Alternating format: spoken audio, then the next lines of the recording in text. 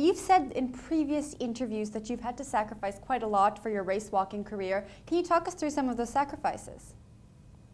Well, for me, it's very much a time thing. So to be able to put in the amount of hours to train, it takes a lot of time away from friends. It takes away a lot of time from relationships and social activities, because always in bed by 8:30, 9 o'clock at night, to be able to wake up at 5 to get in a 15, 20K session before being at the office at 8 o'clock, and then leave at 4 to be able to train and get in the amount of training and volume required. So from that side, there are a lot of personal sacrifices. Then in the South African walking fraternity, it's impossible to qualify domestically or by that in South Africa, because we do not comply with international regulations of having judges or 3 international judges. So all South African elite or aspiring elite athletes have to go and race overseas in events judged by 3 international judges, where times will be suitable. So, which is exactly why I went and competed in Slovakia now this last weekend, in order to get a time in an international quality field with proper judging, so that my time can be put forward to the IAAF for qualification for the World Championships, qualification for the Olympic Games. And it's very much a precautionary measure. So the IAAF ensure that all races have a minimum content or quota of judges to keep the sport in check. So from that side, every year to go and race abroad, you've got to find sponsors to or support people to help go and travel abroad and to compete abroad. And we just had a group of 4 walkers that were all in the same boat, all self-funding to try and race. So that's probably the second most challenging, Jennifer. And then just lastly, the opportunity to race with the best athletes in the world.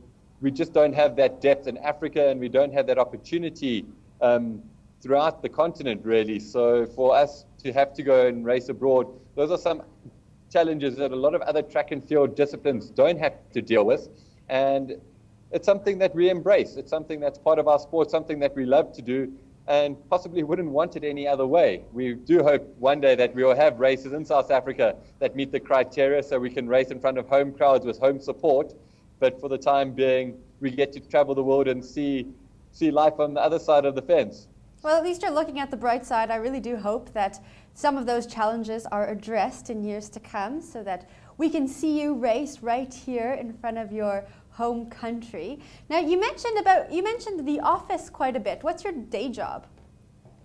So, Jennifer, I'm a sports administrator working at University Sports South Africa as a senior sports manager, and my day-to-day has been to coordinate and assist with the coordination of projects for domestic inter-university competitions, which manifest in the USA Championships, where we have 36 USA Championships held throughout the year, and then with team selection for teams going to events like the World Student Games and the African Student Games. So we're currently working on a project now where we'll send the best students to compete at the World Student Games, which takes place in Gwangju in Korea from the 3rd to the 14th of July.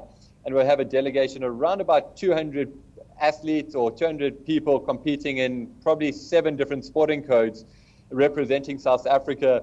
And in 2013, the South African delegation finished 8th on the international medal table. So we're hoping to emulate that now in 2015 and maybe even exceed that performance. So that's my day-to-day job, working with high-performance student athletes and aspiring international sportsmen and women. It's great to see how passionate you are about sport and the young people who are taking part in sport in our country. Now, the last thing I want to know from you is, you already hold the African record for the 50-kilometer race walk. What are your goals? What are you looking to do in the years to come? Well, for me, it's a fantastic privilege to be the current South African record holder. But I've heard many a time that we're only borrowing the record from the next generation. So my challenge to myself is to set that bar as high as I possibly can for somebody else, to encourage them to aspire to setting new records and challenging their own capabilities and realms of possibility. So for me, I dream of finishing in the top 10 at the Rio Olympics, and whatever performance that equivalates to in terms of time, I'll be absolutely delighted, and we'll just wait and see. But if I can once again get a 1-second personal best at the Olympic Games and know that I had the BMT when everything counted, when all eyes were on me to get a personal best performance.